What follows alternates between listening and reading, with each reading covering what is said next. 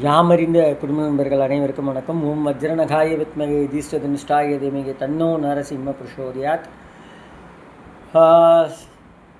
நம் பாடி பகுதியில், அதாவது சென்னையில் இருக்க பாடி பகுதியில் கலைவாணர் நகர் பகுதியில் உள்ள சுயம்பு அம்மனாக ஸ்ரீ பொன்னியம்மன் ஆலயம் உள்ளது.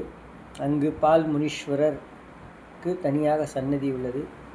இன்றைய தினம் திங்கட்கிழமை. அவரை வழிபடுவது சாலச் சிறந்தது.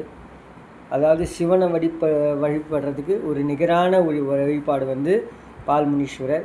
சிவனின் ஒரு சொர்பமான முனீஸ்வரர், சிவனின் ஒரு அவதார புருஷர் என்றே சொல்லலாம். பால் முனீஸ்வரர், சைவ முனீஸ்வரர்.